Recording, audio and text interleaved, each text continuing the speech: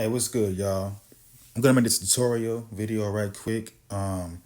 Basically, I'm going to be using a third-party plugin, AUV3 audio unit, and I'm going to actually run it as a sample because a lot of times, we're using these different plugins and they pretty much just eat up your CPU.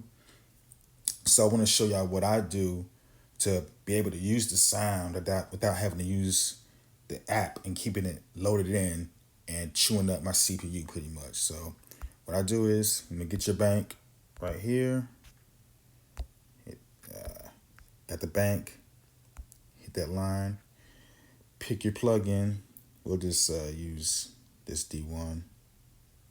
Hit that right there. Go find a sound that I like. Let me see. We'll find something else.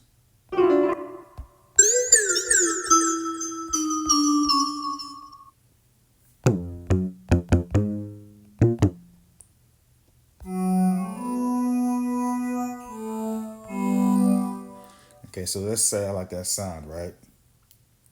And I want to use that.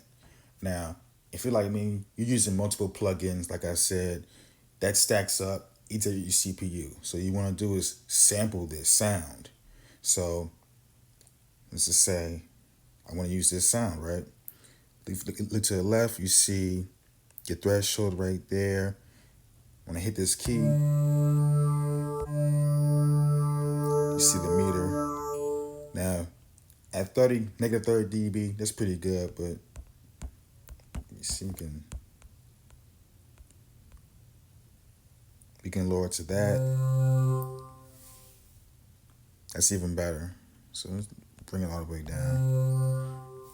Now, when I record this, you have some sounds that is continuously play. You got some sounds that fade out.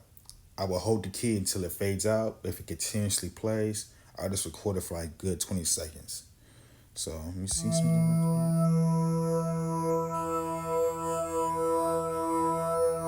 This is one of those sounds that it continuously plays. Let me turn off the velocity.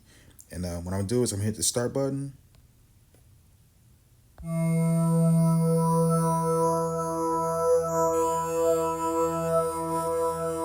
And just record it for a good 20 seconds.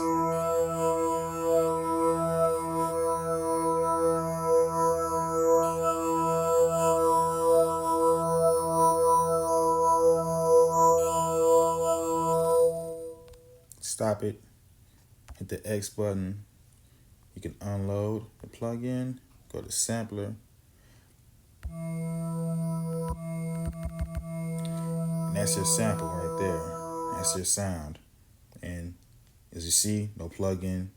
So you can use different sounds from different plugins without having to, like I said, eat up your CPU. Now, the next thing I do is get the trigger here. You can make it a one shot. You can make it hold. I usually put it on hold.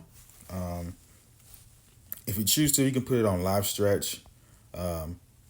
This comes in handy if you're using a synth sound, maybe that has kind of like a rhythm to it, like a percussion sound in there or something like that.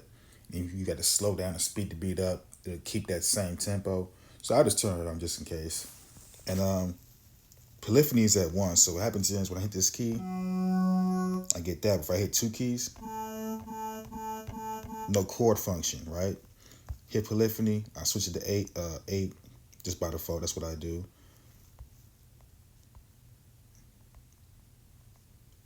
And you can use as many voices as you choose to, but I'll just leave it at 8. I'm not gonna use legato. So now when I hit the keys, now I got chords. Another thing that I do, hit this keyboard right here on the top, double key. So now you got 2 rows of keys. This is good if you don't have your controller with you. Now you can have 2 sets of keys. You can have a semitone and octave. You can switch to octave and semitone on each row.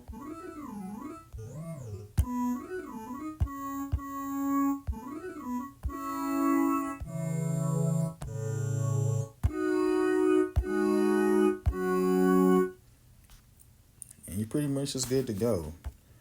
Now you got your sound. It's pretty much using the same synth app, but you're using the sound from the synth app. You don't have to actually have the app loaded in anymore, and that saves your CPU, prevents your app from crashing.